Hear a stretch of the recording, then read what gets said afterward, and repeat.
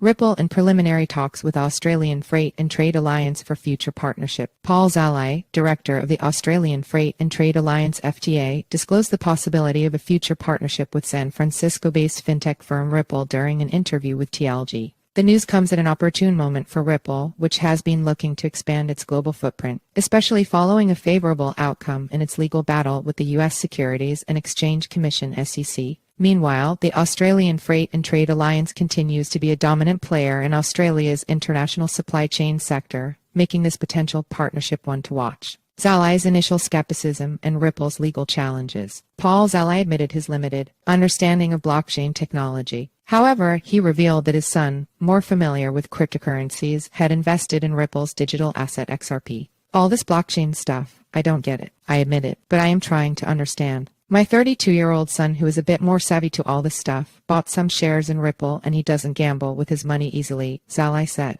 Zalai also mentioned that Ripple had approached the FTA while embroiled in a legal battle with the SEC. The FTA had initially declined any talks, advising Ripple to return once there was regulatory clarity. I am not an expert on blockchain, but I understand that Ripple approached us some time ago, but at the time they were fighting a legal battle in the U.S. And our position to them was come back once that is sorted out, Zalai commented. FTA's role in Australia's international supply chain. The Australian Freight and Trade Alliance is a leading organization in Australia's international supply chain sector. It represents various stakeholders, from importers to logistics service providers. The FTA focuses on enhancing profitability for Australia's trade entities and seeks to obtain optimal efficiency in biosecurity and logistics. Ripple, despite its past legal hurdles, has been gaining momentum. The company recently obtained a full license to offer digital payment services in Singapore, signaling its intent to diversify and grow. Zalai commended Ripple's technology, stating that there was considerable interest among major banks in Australia.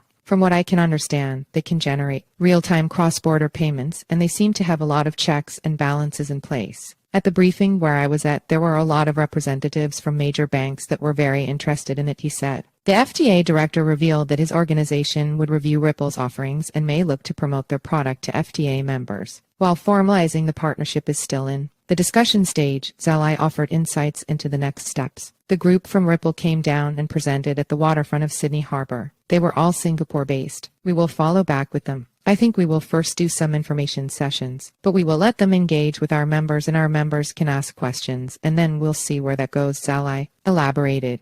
Disruption potential in freight and trade payment systems. The preliminary talks between Ripple and the Australian Freight and Trade Alliance open up the possibility of a major shift in how payments and settlements are managed in the freight and trade industry. Traditional methods often involve a complex web of transactions, usually dependent on intermediaries like banks and financial institutions. These processes are not only cumbersome but also time-consuming and costly, often involving fees and a delay in the actual settlement. Ripple's blockchain-based payment solutions promise real-time cross-border transactions, bypassing the need for middlemen. If Ripple and FTA were to formalize this partnership, it could serve as a case study for the elimination of inefficiencies in the current system. The fintech firm's technology could provide a more streamlined, cost-effective method for executing international transactions, which is particularly relevant given the FTA's role in Australia's international supply chain. Incumbents in the industry, especially financial institutions that facilitate international trade payments, could find themselves at a crossroads. They would have to either adapt to this new model of instantaneous, blockchain-based transactions or risk becoming less competitive. For these traditional players, the potential Ripple FTA partnership could act as a catalyst, pushing them to modernize their systems and perhaps even explore blockchain solutions of their own.